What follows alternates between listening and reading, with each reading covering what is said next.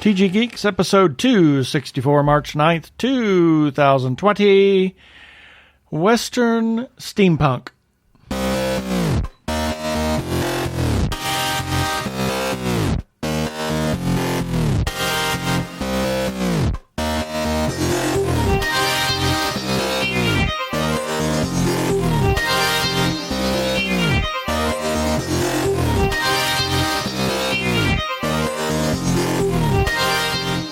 Hello and welcome to another webcast from tggeeks.com, where Ben and Keith, the two gay geeks, talk about all aspects of geekdom and nerdery, sci-fi, comics, film, horror, genre, you name it, we talk about it.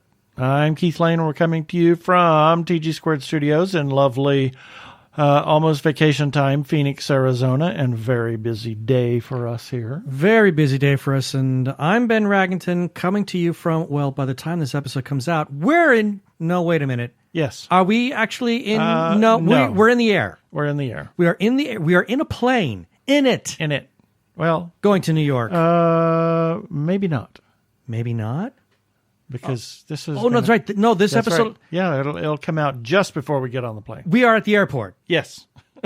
So I'm Ben Raggington, coming to you from Sky Harbor International Airport. Exactly. Let's get on with this. Prepare for hyperdrive. Meanwhile, in the Hall of Episodes, the two gay geeks are discussing this. Well, in this episode, we are going to have the second, finally, of the two interviews that we did with David Lee Summers. This time, it is author David Lee Summers. Oddly enough, we did this one first. And interestingly enough, he is at Wild West Con this past weekend. Yeah. As of this being released. Then we're going to have our birthday shout-outs, our featured podcast or not podcast of the week, everybody's favorite feedback then, and a few shout-outs and our weekly recap as well as our closing shout-outs. So let's just get right to it.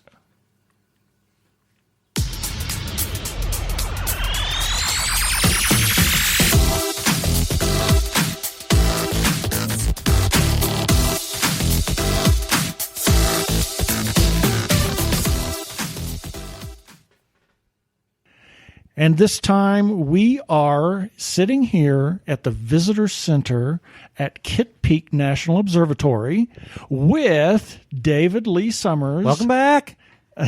Author, Thanks for having me. Yeah, author/scientist. And we're going to talk to the author first here, and we're going to have another interview with David as a scientist somewhere down the road. So later. So David, tell us, thank you for being with us again. This is this incredible. is nice. I mean, we missed you at the last CocoCon. Yeah. So it's nice that we could actually have a chance to meet you again. Well, I'm sorry I wasn't able to make it there. That was I was up here at Kitt Peak Right. observing, and we were working. I was trying to get with Dee to see if we could do some remote presentations from up here on the mountain, but it didn't quite work out that year. But it's something that's in the queue. We might try to do at some point. That would be amazing if we could do that down the road. Yeah. So for the people that have not heard the other interviews with you, tell us a little bit about yourself and how you got into writing, kind of, where you, obviously your background, your education, because we did say scientist. So we want a little bit of that, but not more on the author side. So I've been a science fiction writer pretty much as long as I can remember. I grew up and wanted to be Isaac Asimov, essentially, a scientist who has what growing geek boy didn't want to be Isaac Asimov? Exactly. And I read all the science fiction I could get. When I was 13 years old, I met Ray Bradbury. Oh, wow. Ooh, wacky Uncle Ray. He was a lot of fun. Exactly, yeah. He came to one of the local high schools, and I went over to interview him as a reporter for my local high school, and we, the principal came out and found us, and I thought, oh, gee, we're in trouble. I'm walking around on another high school, away from my school, and she says, Mr. Bradbury's having lunch in the library right now. Would you like to join him? And of course, I Yeah, of course. Jumped at the opportunity.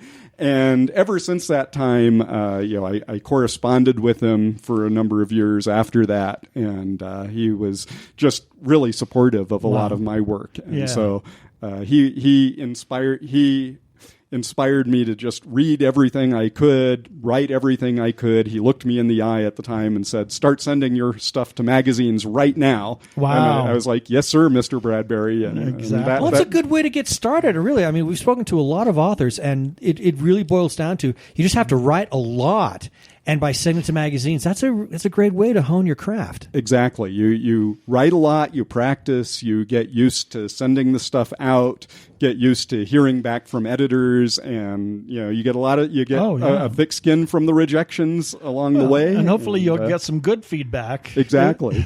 As well. And in the meantime, somewhere not too long after that, I started, in fact, actually when I first came up here, it was in 1993 at Kitt Peak National Observatory, was when I decided to try my hand at my first novel, and that was The Pirates of Sufiro. And of course, we're now coming up on from when it was actually first published in 1997. 1995 was the very first publication we did almost as a self-publish. So we're up 25 years from my very first novel. That's my big project right now, is I'm actually rewriting it for the 25th anniversary release. Cool. So how many, offhand, do you know how many novels that you have? So I have 12 novels at this point. My 12th was called Firebrand's Legacy, and it's a story of space pirates. It's actually the very same universe as The Pirates of Sufiro, my first novel.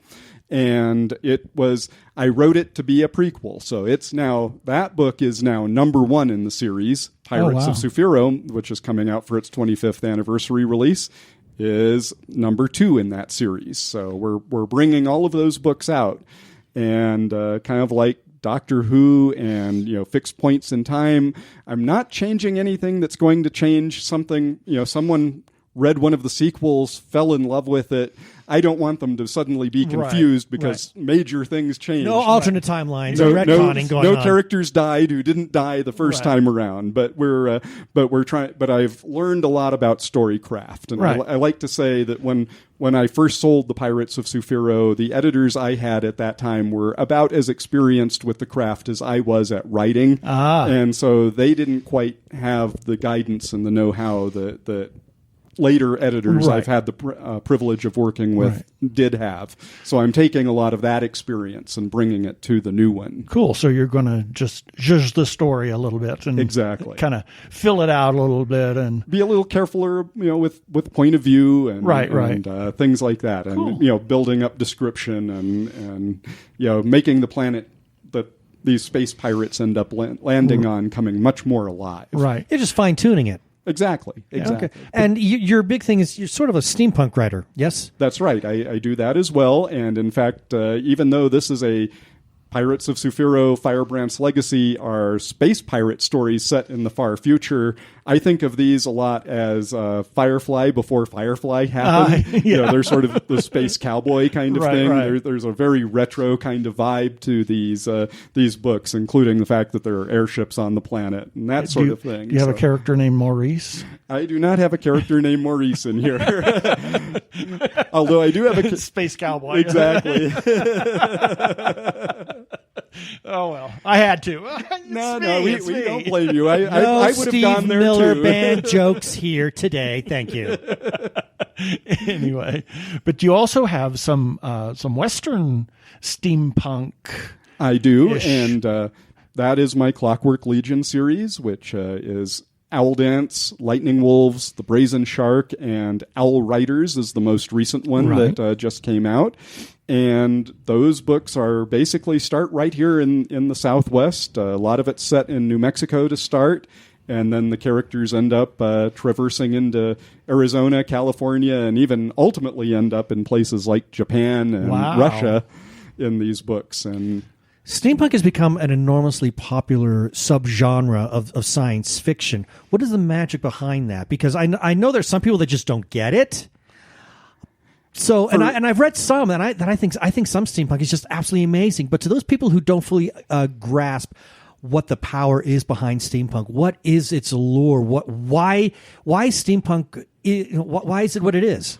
I think for me, it's I grew up watching the Disney 20,000 Leagues Under the Sea, and a lot of it is it's that aesthetic. This is the science fiction I grew up with. It's watching H.G. Wells and The Time Machine, and Wild Wild West, Wild Wild West, Oh, exactly. Yeah. And it's this whole idea that was steampunk before. Wild Wild West is steampunk. Wild Wild West was steampunk before it was steampunk. And, Exactly. And I grew up wanting to write stories in this kind of a vein, and I think for me a lot of the allure is growing up in the Southwest, I live in an area with so much just rich history. Right. And you look at it and you look at some of the things people were inventing and doing to make do in the Southwest. Some of the machines they did for mining, some of the engineering, innovations they did, and you just kind of think, what if they tweak that just a little bit further? What if this invention that went nowhere had actually been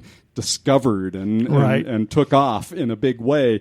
What would the world have looked like? And for me, a lot of the allure of the steampunk is it's just going back and looking at some of these historical time periods, revisiting a time when there's a great, this great sense of style in the world. That's it. And, for a lot of people, it's an era of much more manners that become, because people are at least outwardly more genteel. Not everyone was nice, and that's one of the things we explore sometimes in steampunk too, is we look at where people weren't so good and weren't twirling the mustache. And exactly. All of that. And, No snidely whiplash, thank you. yes, and denying people rooms in a hotel because of the color of their skin or Exactly. something like that, Yeah. and or denying people opportunities because of their gender. Exactly. That was stuff that happened, and it was. But it was also a time when people were starting to speak out against that, and I think writing about that's really exciting too. That's cool. I could see how it really is like the best of both worlds, and people who really want to be able to write something that's very historical, but they've got their other foot in science fiction, and I guess that served as the perfect way to be able to satisfy both needs. Exactly. And like you said, you mentioned Wild Wild West right at the outset of talking about steampunk, and that was the show that really turned me on to it. Yeah. My parents loved Wild Wild West. my parents loved their watching their shoot 'em up westerns. When I was a kid, I was kind of like, whatever. Let me go watch Star Trek or something. Right. And then I saw Wild Or Wild Lost in West Space or Yeah, but any it of the satisfies. Owen Allen. But I said it satisfies both. I mean, Exactly. you can sit down and say, "But Mom, it's a western." And so, right from the time I first saw that, and again, this would have been about the time I was 13 or so, I was like, wow, could I write something like that? And then, fortunately, David Riley, who's an editor now living in Tucson, said, I have a magazine of weird westerns. And I'm like, weird westerns, what's that? And it's stuff like Wild Wild West. And I said, sign me up. And that was how I got started writing Wild West steampunk. Yeah, I was always fascinated with the train. But Exactly. Always been, and just on a technical side and on my own fascination with the technology of the era, I learned to drive a train before I learned to drive a car. Did you really? My dad was a locomotive foreman for Santa Fe Wow. Railroad. I'll let you two talk. That's fascinating. So of course, I've been fascinated with trains right from the get-go. Right. Yeah. Well, that's great. And another allure of all of this is my dad he apprenticed on steam engines back right at the transition between steam and diesel, because he went into working for the railroad right after World War II. Right. So that was right at that transition point. Yeah. So writing steampunk for me actually is a way to connect with people in my own family that in ways that I hadn't really imagined. Who knew? Exactly. You've also done a lot of short stories and novellas and things like that, because obviously you submitted a lot of that. You probably lost a lot of that to whoever you sent it to. Exactly. But yeah, I've got numerous short stories out there. One of my recent ones, in fact, was a mix of steampunk and vampires that appeared in an anthology called Straight Outta Tombstone, edited by David Boop. I have some more. I have a story. I'll be able to talk more about it once I get more of the details of it coming out. But essentially, it's a universe where it's the Universal monsters meet James Bond is the way it's been pitched. Wow! Oh, so we're talking like Frankenstein, Dr. Jekyll, The Mummy, those classic Universal meeting Bond. Or an agent like Bond in very spy type scenarios. Oh, so wow. I have a story in this where it is the Baba Yaga is in charge of a Soviet flight corps in the 1980s. Oh, I'm so into paranormal stories. I love those. When you're dealing with creatures like I love that. Baba Yaga. So, tied into the Afghan War of the 1980s. Oh, wow. And so it's you talk about steampunk, and of course various people have their various flavors of you can talk about steampunk and you can talk about diesel punk, and there's even atom punk. I say it's during the 1980s. It's punk. So, right. Yeah, it's just punk. Yeah. So you've asked him this question before, I have. but we'll ask it again. For those people that haven't heard. I'm always fascinated when it comes to writers, because I think in order to be a successful author and to keep wanting to do it, there's got to be a bit of a screw loose in your head. And I say that in a good way. So when you're writing a series, for example, or when you get really involved in, even if it's a standalone and you're getting very involved in your characters, do you find after a point they start to kind of come alive in your head and kind of maybe help dictate the direction of where your story is going to go? Say for example, you have this already mapped out. Okay, my story's going to go, point A, point B, point C, and then you hit a roadblock, and like, oh, I don't know quite how to do this, and then all of a sudden your character starts talking to your head, says, well, really, I would have done this. Oh, absolutely. That's I wouldn't know anything about that. Yeah, no, absolutely. That's for the crazy people. No, in fact, they do that at my outline stage. You were talking about plotting That's out. soon. Right. Yes, they Wow. I will be outlining a book, and the way I outline is I basically make bullet points down a page, and I'll say, this thing happens, and this character does this, and another character does this. And, oh no, I will have I'll have characters that'll call BS on me and say, no, I wouldn't do that. That's awesome. I have to redo the outline, and sometimes I'm writing, and the one that really struck me was I was writing a scene in my latest steampunk book, and I have my characters discussing. The outline said this discussion's going to happen.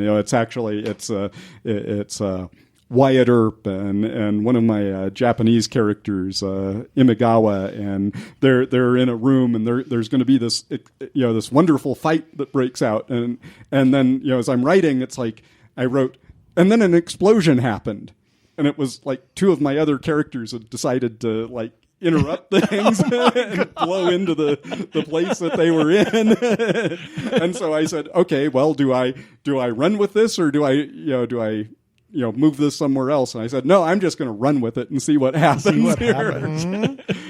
And so they entered the scene. They entered the scene. Yes, it was not what I expected at all, and I had to re-outline that part of the book. Isn't that kind of the fun part of writing, though? Sometimes it is. You never know what's going to happen. You think you know what's happening, and as the it's author, kind of like living their lives. Exactly, and now you become sort of a spectator to your own project. Exactly, and in fact, Ray Bradbury used to talk about when he was writing, it was like he would follow his characters around with a typewriter, just writing what was happening. And I find the same sort of thing. It's like watching the best movie ever, because I don't know exactly how it's going to come out, even though I'm writing. Right. All the best authors kind of say along the same thing. I know Joe Straczynski for Babylon 5. I mean, he's always talked about how his characters have spoken to him. Jeannie Koch, who wrote the Alien Kitty Cat series, she said the exact same thing. And in fact, she's even gone so far as to say that she wouldn't trust a writer where the characters don't talk to her. Right. We've got another fabulous author in North Carolina, and he'd be in a grocery store, and he gets stuck behind a line, and one of his main characters to start screaming in the back of his head. Well, it's the snarky character. And what would Brand say? Exactly. So I think the fact that your characters really come to life is a testament to the quality of the stories. Because I've talked to authors, oh no, that doesn't happen to me, and I read the book, and I'm like, okay, well it was fine, but it was uninspiring. Right.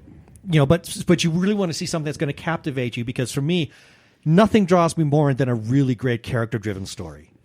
No, and and that's one of the things I do early on in any writing is I try to get to know who these people are.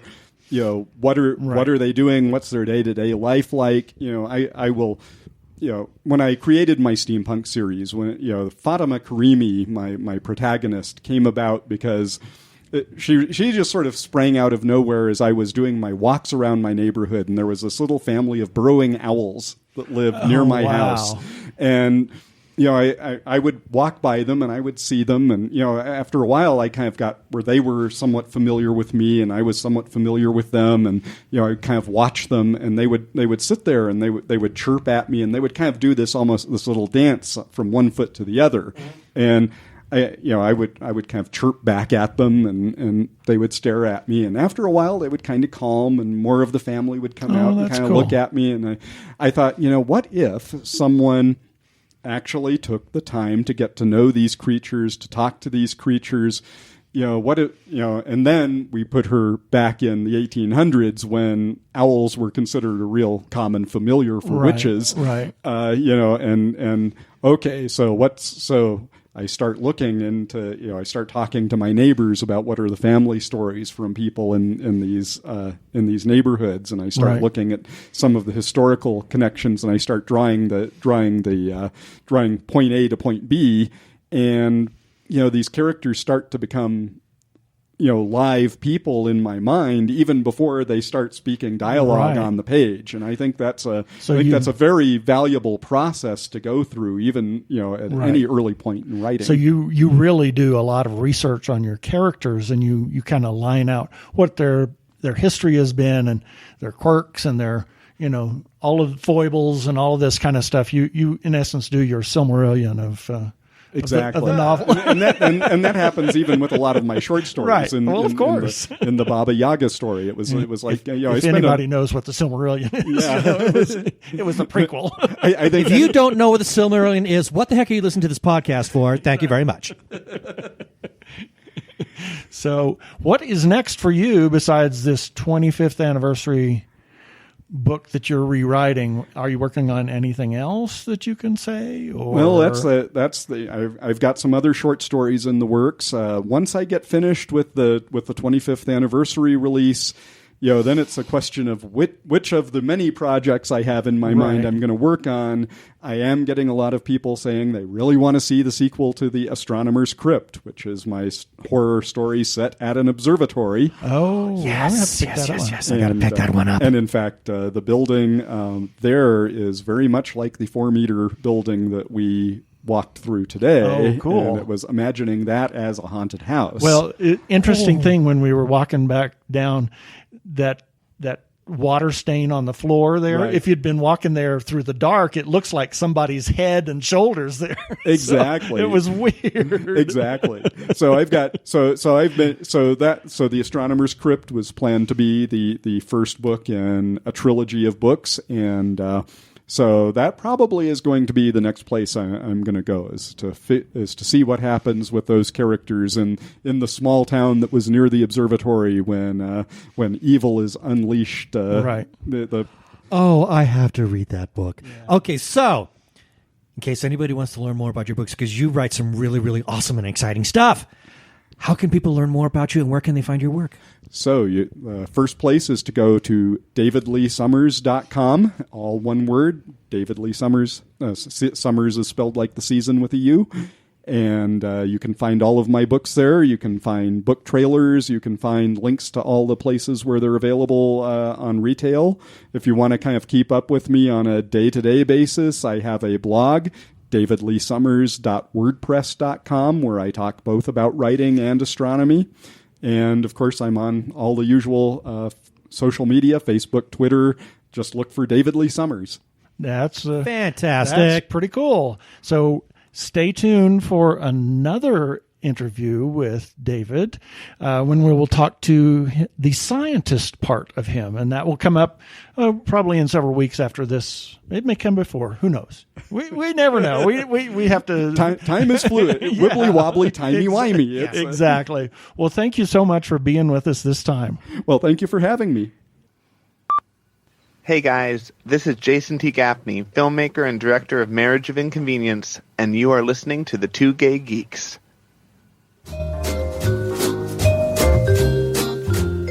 It's always fascinating talking to David. I love talking to David. And it was so cool that we could actually do both interviews up at Kitt Peak. Yeah, it was the snowy day, the day after Thanksgiving. Freaking cold. Oh my God, we're finally releasing that episode 4 months later. Anyway, here's a few selected birthdays for March 9th through March 15th, 2020. March 9th, Oscar Isaac. Lucius Malfoy. No. No? Oscar Isaac. He was Poe Dameron. Oh, different Isaac. I'm thinking of Jason Isaac. You're thinking of Jason Isaac. Yes. Well, he's Oscar's brother. Yeah, there you go. It's a fact. Even though... Anyway. He's Poe Malfoy. Poe Malfoy. Yeah. Poe Dameron. He was in Ex Machina, and he is also Duke Leto Atreides in the new Dune. That's right. By Denis Villeneuve. Then we have Bobby Fischer. Mad chess player. Chess player. He was the youngest grandmaster at age of 15 and achieved the only perfect score at that time at the time that he did it in 1963, 11 of 11 games. 1972, he faced Boris Spassky and won the championship.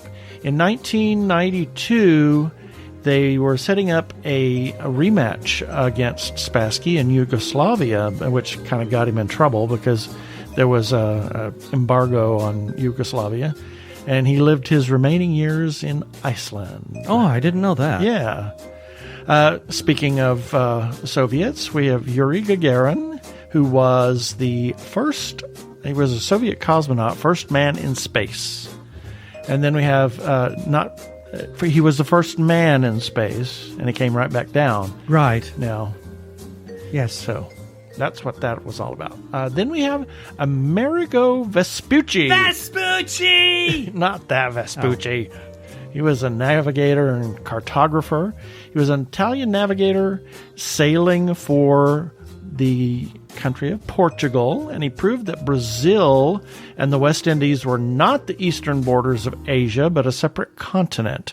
And that continent was named America after him. Then we have Samuel Barber, composer. He composed Antony and Cleopatra that opened the new Met, as well as a number of other operas. And his partner, Giancarlo Menotti, supplied the lyrics and librettos for some of Barber's music. And Menotti wrote them all in The Night Visitors. Jeff Raskin, computer scientist. In 1979, he developed the project for Apple called the Macintosh. Aha! And I didn't realize this. I should have known that he chose the name Macintosh because that was his favorite apple. His favorite type of apple. Yes. Wow. Amazing, isn't it? I did not know that. That's why we have Max today. Okay. He was actually the 31st Apple employee. Then we have on March 9th, friends of ours, Grace Unger, who is Tuck Shop, owner of Tuck Shop and another restaurant. And then close friend of ours, Marge Ryder. Happy birthday, Marge. Mm-hmm. March 10th, Olivia Wilde, actress from Tron Legacy. Yep. And Robert Cairns, he was an inventor. He is the one that developed the intermittent windshield wiper system. And there was a movie about him, what was it, A Stroke of Genius, or I think that was the name of it. But he actually sued Ford and Chrysler because they started using his technology. Oh, and didn't know that. Yeah, and they did some horrible things to the man. But he did finally win both lawsuits after 20 years or so. Then we have Lorenzo da Ponte, opera librettist. He was the librettist for Salieri and Mozart. Oh. His Mozart operas were Don Giovanni, Marriage of Figaro, and Così fan tutti. And we're going to see Così this week. Yeah, I didn't know he did the librettos for Salieri, though. Yeah. Interesting. Yeah. And a couple of other opera composers. Then we have Lance Burton. Magician extraordinaire. Yes. And then a Facebook friend of ours and cruising friend of ours. And we'll be seeing him and his wife this September when we go on another cruise. Yeah. March 11th, Anton Yelchin. Left actor. us way too soon. Yeah. He was in Star Trek, played Chekhov. It was a horrible tragedy the way he died. Oh, my gosh, I know. And Alex Kingston, actress. Doctor Who, River Song. She was in ER. Sort of looking at her picture right now. Yes, Discovery of Witches. Yes, we have a picture of her that we got at Phoenix Comic-Con, when it was still called Phoenix Comic-Con. And let's see, where was it? She's in Discovery of Witches and was in Arrow. Mm-hmm. Teamed up with John Barrowman there. Lawrence Welk. Band leader, showman. Wonderful. Yes. If you're of a certain age, your grandparents watched the Lawrence Welk Show. I watched the Lawrence Welk Show because we had very little television in terms of networks. There was only 3 networks and maybe 2 or 3 independent channels, and that was it. And then we have John Barrowman. Imagine that. On the same day as Alex Kingston. In fact, I think I said that last year. Captain Jack and Arrow. And then Rob Paulsen, a voiceover actor, most known for Pinky, as well as a number of others. And we have Astor Piazzolla, a composer. He was Argentinian, world's foremost tango composer, and he played the bandoneon. Mm-hmm. And the bandoneon is very much like an accordion of sorts. Accordion squeeze box, only huge. And it has lots of unusual sounds. There aren't very many people who play today. Yep. And he wrote the opera Maria de Buenos Aires that was done at Arizona Opera last year. March 12th, Liza with a Z, Liza Minnelli. An amazing talent. Mom and I were talking about her not long ago, and Mom actually watched Cabaret again. Oh, yeah? Just not long ago. Interesting. And was absolutely floored by how good Liza was in that. Wow. Yep. And then we have James Taylor, singer. Lots of great music. Oh, lots. Yeah. And supposedly the song You're So Vain by Carly Simon, who they once had a relationship together. They were married. Yes. And that song is supposedly about Rumored about him. But there's a lot of other rumors now saying that really it's about Mick Jagger. But who knows? Who knows? And then we have Barbara Feldon, actress. Lots of TV. Mm-hmm. Genie? Nope. No. Oh, God. Agent 99. There we go. Get smart. That's right. I was thinking Barbara Eden. Yes. And then we have Gordon McRae, singer, actor. He was in Oklahoma and Carousel. Then we have Facebook friends Brian Kirst, Lizzie Crow, and Kate Kinnan, who is married to Mr. Joe Spector. March 13th. William H. Macy. He founded the Macy's department store. That's right. It's a fact. It's a fact. No, he's an actor. He was. It came to my attention in Jurassic Park 3, but he had done a lot of stuff prior to that. Yeah. And he's currently in a TV series, Shameless. Then we have Joe Ranft, animator for Pixar. The late Joe Ranft. And an occasional voice, huh? The late Joe Ranft. Yes, the late Joe Ranft. And he was the voice of Heimlich. Probably my favorite of all the voice characters he did. I think Heimlich is my favorite. Yep. And then one that I forgot to put on here, Paul Fix. He was an actor, lots of television. Original series, he was in Where No Man Has Gone Before. He was Dr. Piper. And then we have Facebook friends, Pia Thrasher, Lathrop Preston, and Alan Reeser. March 14th, Albert Einstein. What do you say about Albert Einstein? E equals MC squared. Exactly. Just, he changed the face of physics and cosmology. Exactly. Everything, practically, at that time. Jamie Bell, actor. He was in Fantastic Four. Mm-hmm. Not his fault. Yeah. He did a great job in that. Unfortunately, he had a crummy script. Yep. And he was voiceover in Adventures of Tintin. Mm-hmm. And it's been announced that there's a sequel to that. And then we have Mike O'Kane. Mike O'Kane. Mike O'Kane. Yes. He tells a funny story about introducing himself, and everybody was wondering, why does he have cocaine? Why does he have cocaine at this party? Anyway, oh my gosh, he's done so many things. It's unbelievable. Mm-hmm. Billy Crystal, actor, funny man. He was Mike Wazowski. Yes. Mike Wazowski. As well as, what was in Princess Bride? Oh, Max. Oh my God, the Miracle Max. Miracle Max. There we go. It's gonna take a miracle. And also his wife. Oh my God, that's Carol Kane? Yes. The two of them. Oh my God. Rob Reiner says that he had to actually leave the set because Billy and Carol's antics kept making him laugh. So it's like take after take after take. And says, Rob says, okay, I'm out of here because these two guys are killing me. And then we have Diane Arbus, photographer. Did we? Oh, no, we didn't. Okay. And she was worked with to normalize marginalized groups and highlight the importance of representation of all people. Did a lot of work with the LGBTQ community, people of color. She was a fantastic photographer. Then we have James Frain, actor. He was Tron and Gotham and Sarek.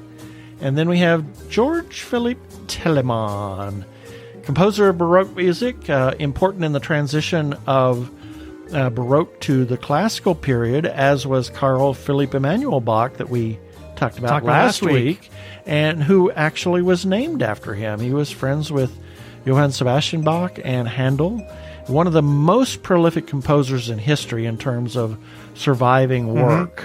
Just a tremendous amount of Baroque music. Johann Strauss I, composer, developed the Viennese waltz. He was the father of Johann Strauss II, who was the composer of the Blue Danube. Yes, imagine that. And then we have Facebook friends Graham Skipper, who is an actor. Beyond the Gates. And Sky Robinson, a former classmate of mine. He was died just a couple of years ago. Oh, sad. March 15th, St. Nicholas. He died in 343. Good heavens. He was a patron saint of sailors, merchants, children prostitutes.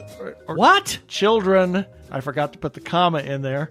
Prostitutes. Oh my God. Pawnbrokers. Wow. And brewers. Man, you need to hit the brakes on that one. Holy smokes. And we wouldn't have Christmas without him. Christmas and child prostitutes. Yeah, there you go. God. He had a legendary habit of secret gift giving, and that's what gave birth to the gift giving at Christmas time. I haven't heard a single thing you've said after that. Children prostitutes. Whoa. Yeah, and then we have Judd Hirsch, actor, known lately for playing himself. Oh, pretty much. For the most part. And he did Independence Day and Forever TV series. Oh my gosh, that was so good. It was such a good series with Johan Gruffed. I was so sad that series didn't get picked up.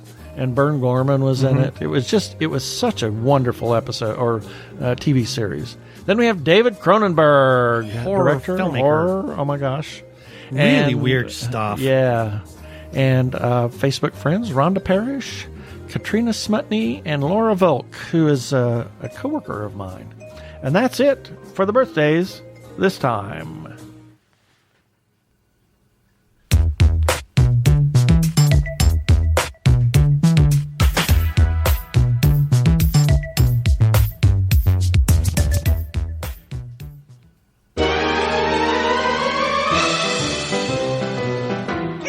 This is Pinky here. You and I and the brain are listening to Crypt on radio. Sci-fi for your Wi-Fi. Love.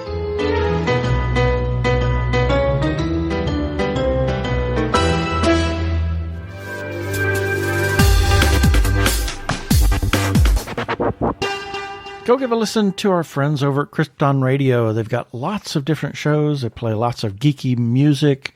They are a 24-hour geeky internet radio station.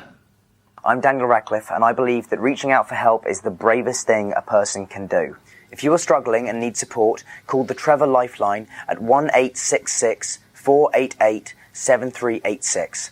It's free and confidential, and trained counsellors are there to listen 24/7 without judgment.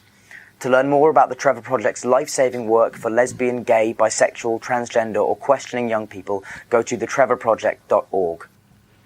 We want to give a shout out to the Kickstarter for Jason T. Gaffney's production. You heard Jason earlier about Marriage of Inconvenience. It's going to stream on Deku. That's the LGBTQ new streaming service. It's been a couple of years now. About a year, maybe a year and a half now. So we are in the last week of their Kickstarter. It is practically funded. Pretty much almost there. It's going to be a 6-series episode about 2 gay guys thrust into a witness protection program as a married couple. And the thing is, they can't stand each other.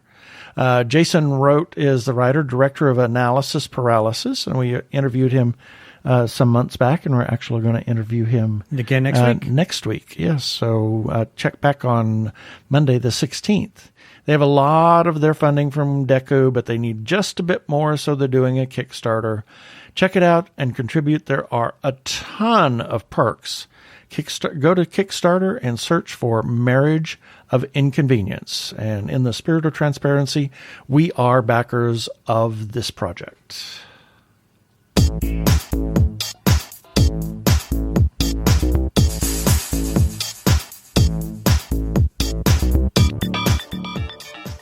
We got quite a bit of feedback I want to go through. Starting off with, this is from episode 259, where we interviewed, oddly enough, David Lee Summers, the astronomy associate. And we got a comment from our regular contributor, Hamish Downey, and he simply says, this really was interesting. And it was an interesting conversation. It's always interesting when we always great talking to him. But yes, I recommend, if you're really interested in science, especially astronomy, take a listen at episode 259. I should point out, I'll have the links for all of these in the show notes for this episode at tggeeks.com. And then moving on, TG Geeks episode 260, where we interviewed Zachary Wheeler. And he says, thanks for having me, guys. Always a pleasure to chat with you, gents. And here's a great way to start a Monday. I got to talk with my favorite podcast about The Mortal Vestige, the third and final book of the Immortal Wake series. Always a pleasure to chat with these gents. Yeah, and you should check out the Immortal Wake series. And it's really good. His Max and the Multiverse series. Oh, my God. Oh, no, that's fantastic. Scream. Zachary is a really, really good writer. And I've likened him to the he's like heir apparent to Douglas Adams. He is the heir apparent to Douglas Adams, no question. And then, oddly enough, moving on, this is regarding Ben's book breakdown. The Mortal Vestige is an artistic and fitting coda for the Immortal Wake series. And again, Zachary comments, I am deeply humbled by this review, Ben. It's very hard to top this kind of reaction as an author. Thank you, kind sir. And then he actually quotes me. And he says, Wheeler has somehow managed to elevate The Mortal Vestige from just being a science fiction story into a work of art. And the best art will always leave you changed after you experienced it. Yep. And he concludes by saying, as an author, it's hard to get any better than that. I guess I should retire and skip into the sunset. Exactly. Yeah, sure. But it is a fitting end to that roller coaster ride that was the Immortal Wake series. It was almost heart-stopping. Oh, my God. It really was. It was almost a heart-stopping ending, but that entire book was just so interesting to read. It was. And then, got a lot of comments. This is regarding... What the heck? I know. Regarding Ben's 3-episode thoughts on Star Trek Picard. Got lots of comments. Do you have another hour you can spend with us? I know. This was nuts. First from Kingsley New says, you guys should do one of the old Charmed. Old or new, but preferably the old. We watched that series, yeah. We didn't watch all. We gave up halfway through, I think. No, I thought we did. No, we didn't get all the way to the end. Are you sure? It took some weird turns in the middle. Oh. I thought we finished it. We stopped. Maybe I thought we finished it, or no. Well, we watched it. It was on for a long time. Yeah. And then we got a comment from Hicks, Michael Hickerson, and he starts off by saying, "Spoiler warning for anyone who hasn't seen episode 3." So, in the flashbacks, we see Picard's resignation from the Starfleet and how that impacts Raffi. And while it sets up a character arc for the show, Part of me wished that the person affected had been somehow from Next Generation, because we've already seen 7 years plus 4 movies of investment in that character and their relationship to Picard. I will admit, I like the show a great deal. A lot of that is, you can tell Michael Chabon is a fan. Absolutely. No kidding. But I feel as... He's not just a fan. He's a nerdy fan. He's a super fan. But I feel as though Episode 3 tread water a bit too much. That said, I'm not sure I'd want my EMH to be based on myself. Is that a budget-saving thing for Rio? Who knows? Yeah, good question. And then we got a comment from... Lisa Penner. Yeah, Lisa Penner. She says, I have watched the first 3 episodes as well, and I really like this version of Star Trek. To me, it has more plot lines and will allow for development through the series. And then we got a comment from Bill Hensley. He says, more possible spoilers. You've been notified. I learned something here from you, Ben. I had no idea the Romulan supernova was from the movie timeline, as I haven't seen the 2nd or 3rd reboot movies. And I said, actually, that was from the first movie. That being said, I think that Picard has a lot of possibility. While I've always been fascinated by Klingons above all, the Romulans were my second favorites, and I would like to see some exploration of the Romulan culture. Well, I think we're getting it now. Exactly. Some was started in Nemesis, and this looks like we might build on that. Romulans in Starfleet? Not entirely far-fetched. There are a number of former adversaries in the ranks. I'm particularly interested in the interactions the Romulans have with the Borg cube. Well, aren't we all? Exactly. There seems to be a lot of different species there, likely recovered from the cube, and the presence of Hugh there will be very important in the story, I think. I would also be willing to bet that Lore shows up. Last we checked, he was very disassembled, since the focus seems to be on AAPs. I think AIs, I think is what you meant. Who knows? And one thing, where is Data's mom? I think she's dead. You know, I despise Discovery. Maybe the 3rd season will be better. Well, the 2nd season was good. And I hate the alternate timeline movies, but this looks very promising. Yes, it does. Absolutely. And then we close out. Regarding Ben's 3-episode thoughts, Netflix's Lock and Key. And got a comment from friend Daniel Franks. He says, I feel like they abandoned the most compelling character, the youngest child. I couldn't help but think it was because of youth production rules. I also detected a little... Be more like the CW, we need love triangles. Well, God, we have teens, don't we? And that's our feedback. Exactly. If you want to leave a comment on anything that we publish, whether it's an episode or an article or anything, you can do that. You can do it on Facebook at TG Squared Studios. You can look up the Facebook page. You can also comment on our YouTube episodes or at tggeeks.com on each of the articles. And you could receive a shout out on a future episode. We also have a listener feedback line that is getting a little moldy and dusty again. We want to hear from you, and you are important. So give us a call and leave us a voicemail, and we'll play that on air. You can call 469-TG-GEEKS. That is 469-844-3357. And as always, please play nice. Wrong sound. There we go. My finger slipped down. Is that what it was? Yes. Next week we have Jason T. Gaffney talking about Marriage of Inconvenience on the very last day of the Kickstarter. So stay tuned for that. And as everybody knows, we are huge supporters of independent creators, just like Jason.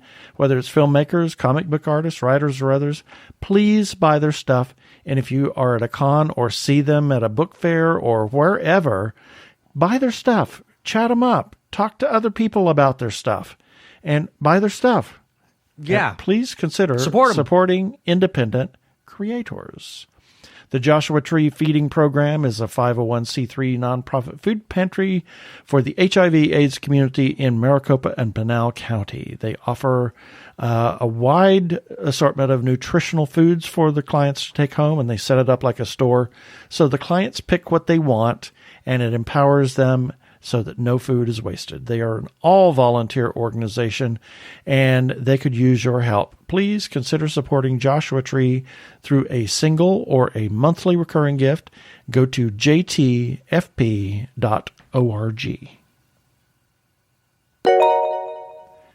If you are trans or are questioning your gender identity, and if you are in crisis or are feeling isolated and need someone to talk to, or you know of someone in a similar situation, there is a special hotline just for you. The hotline is provided by translifeline.org and staffed by trained counselors who are transgender themselves. The hotline in the U.S. is 877-565-8860. In Canada, it is 877-330-6366.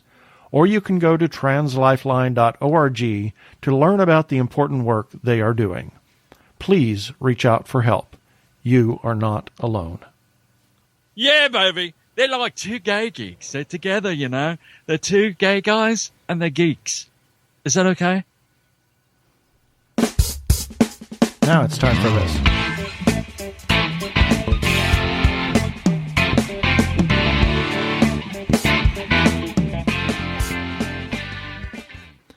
Well, we don't have, I suppose we have a couple of things we could talk about, but I think the most important thing, or two important things. Number one, we're going to be in New York City. If you are in the New York City area, please send us a message, and we'd be glad to meet up and have a coffee. Yeah, you can leave it on Facebook. I mean, we're any place where you have access to us. Twitter, yeah, Instagram. Yeah, just let us know that you're going to be in the area and you'd like for us to meet up, and we'll see what we can do. Yep. And the second thing, and this is going to play itself out in the next thing when we do our weekly review. WordPress just took a dump on Tuesday. It just would. I don't know. I think some people were able to get through and see articles, and it just not everybody though. Well, actually, it was on Monday that for me I couldn't get anything. That's true. It happened on Monday because Sunday night it was working just fine. Right, and so Tuesday and Wednesday we didn't publish any articles because we just it wasn't, we couldn't do anything with it. And so I enlisted some help of several different people and got some cleanup done. We smushed some images and did some other things with a couple of plugins, and now it's working perfectly. It's just wonderful. So we apologize if you were looking for content on Tuesday and Wednesday. But we're back. Going full bore. We have everything ready to go for next week while we are on vacation. It's all scheduled and out there, and we got this, and then we got another episode. So it is like 7 days of content that we've had to do this weekend. Yeah, all today. Yep, exactly. So I'm going to press this button.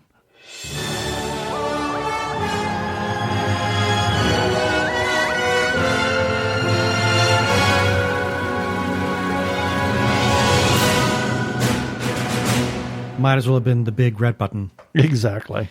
Yes, this is our partial weekly recap because, as Keith said, we're missing Tuesday and Wednesday. But what we've got here, we will be posting the links for in the show notes for this episode at tggeeks.com, starting with Sunday, March 1st, Dr. Zombie Monster Family Physician number 90. Monday, March the 2nd, TG Geeks episode number 263. Thursday, the 5th. What happened to Tuesday and Wednesday? We're not going down that road again.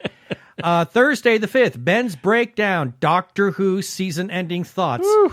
Oi. Oi is right. Oi. And there's feedback on that, which we will get to in the episodes to come. And then on Friday, March 6th, Hamish Downey's 5 Questions with Neil R. Bell Shaw. And then Saturday, the 7th, Me También by Valeria Vallejos releases on International Women's Day, March 8th, 2020. Yeah. And right now there's actually, you can see that film in that article. So go to that article and watch that film. It's 17 minutes, I think. So it was for International Women's Day and the Me Too. So you can find all of these things at tggeeks.com, as well as entries on our Facebook page. Please go there, visit, comment, do all kinds of stuff. Let us know you're listening.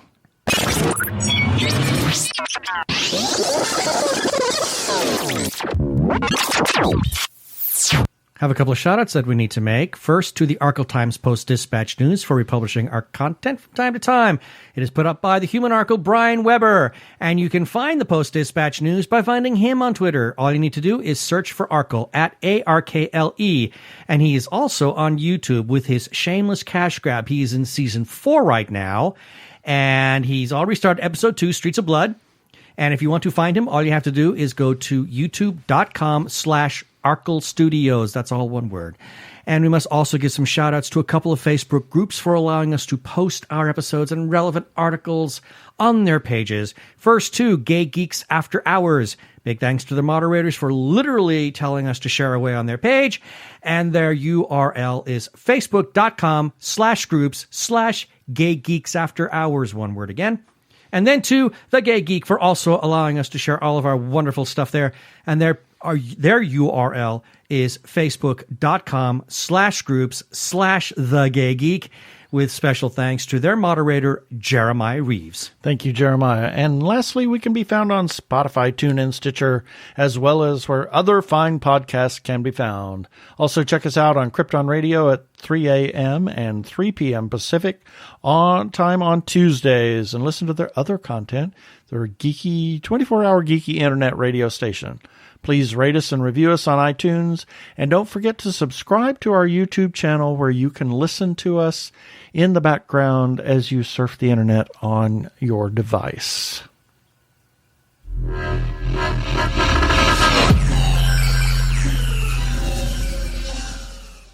Okay, that should do it for this episode of TG Geeks Webcast. Be sure to check out the article for this webcast episode. We're going to have the links on the page so you can check out the things we talked about. And remember, you can comment on our Facebook page or our website, tggeeks.com, or leave us a voicemail at 469-TG-GEEKS. That is 469-844-3357. From TG Squared Studios, I'm Keith. Who am I? I'm Keith Lane. Thanks for listening. I bid you peace. Please be kind. Cheers.